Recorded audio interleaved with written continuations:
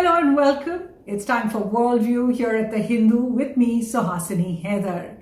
Each week, this is your capsule for one of the big global stories that India is watching very closely. And the clock is ticking in Afghanistan. Afghanistan's government meets the Taliban for the first time to negotiate an end to 19 years of war. Violence and bloodshed are gripping parts of Afghanistan, threatening to upend peace talks and derail future negotiations aimed at ending America's longest war. A recent wave of attacks have erupted across the southern Helmand province over the past few weeks. Dozens of people have died and many more have been injured. Between violence that continues to rise and talks between the Afghan representatives and Taliban representatives in suspense, US President Joseph Biden has a tough decision to make, and he has to make it quickly, whether or not to pull out all American troops from Afghanistan by May the 1st, as the US had committed under the Trump administration and the agreement last year, which was brokered by Special Envoy Zalmay Khalilzad. India is certainly stepping up its efforts to support Afghanistan, but the question really remains, what's next? Now, February marks exactly 1 year since the US announced an agreement, which was called this big agreement with the Taliban, that opened the way for talks with the insurgent group between them and the representatives in Kabul. And remember, this is an insurgent group that is responsible for thousands of deaths over the last few years, many of them, of course, Afghan security forces. The most salient parts of the deal then were 4 or 5. One, the release of Taliban prisoners by the Ghani government, as well as some prisoners that the Taliban was holding as well. Peace talks between the two. A ceasefire for the Taliban to cut off links with Al-Qaeda and other international terror groups. And a complete pullout of US troops according to a certain timeline. But while the Ghani government has kept its side of the bargain, it's released more than 5,000 Taliban prisoners. Many of them, they say now, have come back into the fighting. The Ghani government also sent its delegation for talks with the Taliban there at Qatar. The US too has actually begun its troops pullout, shut down some bases. It's down to about 2,500 troops in Afghanistan now. But the Taliban itself has not ended the violence. There has been no ceasefire so far. It still maintains links with Al-Qaeda, according to one United Nations report, nor is it at present actually in the talks in Doha. On January the 6th, they did restart the talks, but after some preliminaries, the Taliban delegation said they needed to go and consult their leadership, and those talks have now been suspended for more than a month.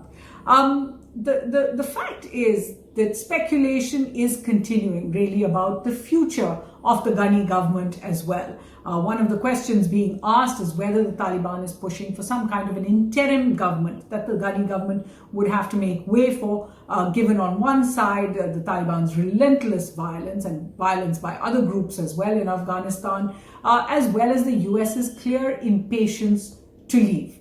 So, will US troops pull out of Afghanistan completely now? And if not, will the US-Taliban agreement that was signed February 29th just fall apart? Will the Taliban also cancel the agreement and then resume a full scale of violence? US President Joe Biden has now ordered a review along with his Secretary of State Antony Blinken, who say that they will continue the peace process. In fact, Zalmay Khalilzad will continue to be Mr. Biden's envoy as well, while they conduct this review of the agreement. On February 3rd, a report which you can read that was commissioned by the US Congress actually gave Mr. Biden certain advice. One, it said, don't pull out the troops right now, but start negotiating for an extension of the troops pullout deadline, but only pull them out according to conditions and not a timeline. A meeting of NATO defense ministers on February 17th and 18th is being watched very closely. Remember, NATO continues to have about 11,000 troops in Afghanistan as well. But some may say that the die is already cast. Regardless of what the US decides to do, it has already whittled its numbers down to 2,500. It is unlikely that there is political appetite in the US nor would it be acceptable in Afghanistan to bring troops back in, to bring US troops back in like the surge that Mr. Obama did a decade ago. So the question would be that even with these troops, and even if the US-Taliban agreement doesn't continue, what kind of peacekeeping could actually be achieved in the face of all of this? So where does India stand? This week, Prime Minister Modi and Afghan President Ashraf Ghani held talks virtually, and they also witnessed the signing of the Shatu Dam agreement that India will build over the next 3 years, a cost of about $150 to $300 million. Remember, this is part of a larger commitment. India has, over the last 20 years, committed as much as $3 billion in terms of development assistance, infrastructure, democracy enhancements, as well as education and training. 75,000 Afghan students have actually come through Indian institutions in the last few years. But India doesn't do a lot of the security apparatus, even though it is Afghanistan's first strategic partner. It doesn't commit to troops or boots on the ground in Afghanistan. And at present, India is not in talks with the Taliban. This is unlike other countries of the region like Iran, China, Russia, Central Asia, all of which have actually said that India should consider joining. Well, this position of no troops, no talks with the Taliban at present doesn't give India a real bargaining position like the one that Pakistan has, given its influence over the Taliban leadership, nor does it give India, in a sense, a power play in the Afghan security situations as it does for countries that provide troops there. It certainly aims, according to the government, to find India a spot in Afghan hearts and minds.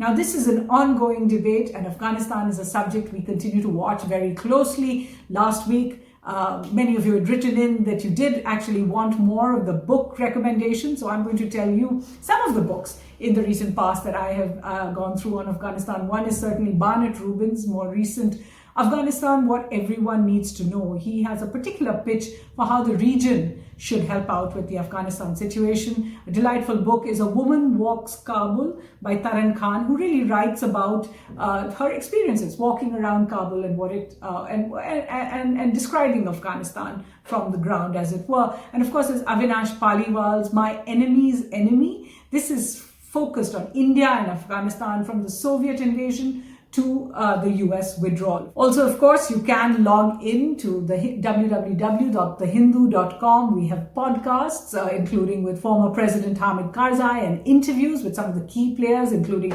US Special Envoy Zalmay Khalilzad, the chief of the Afghan Peace Council, Dr. Abdullah, and one of the women who is negotiating with the Taliban there in Doha, Fawzia Kufi. I'd also like to tell you about a feature this week in The Hindu.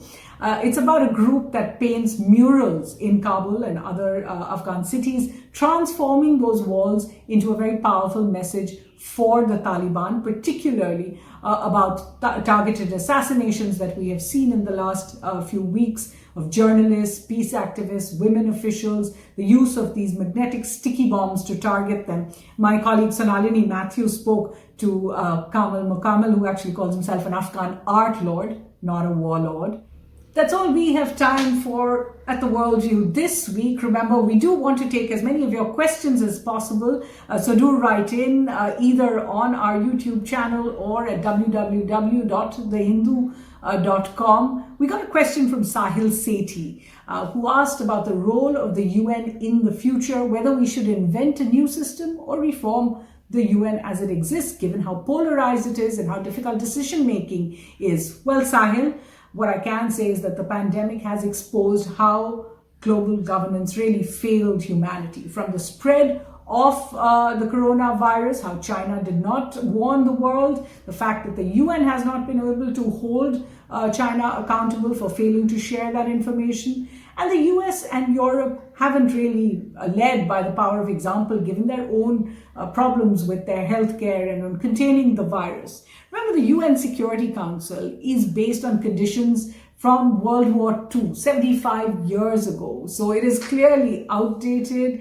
unrepresentative. That's a grievance we in India have. And it is very polarized between right now Russia and China on one side and the US and Europe on the other. So yes, there is a need to consider a renewal, a reform, in fact, a whole new system. Because even if India was to get a bigger place at the UN today, it would still be an unfair system. Hope you find this useful. In fact, a few months ago, I did speak to Asia Society on the question, end of the United Nations or not? The link is here on your screens. I do hope you find it useful. So join us again here at Worldview at The Hindu with me, Suhasini Haidar, from the team here. Thanks for watching.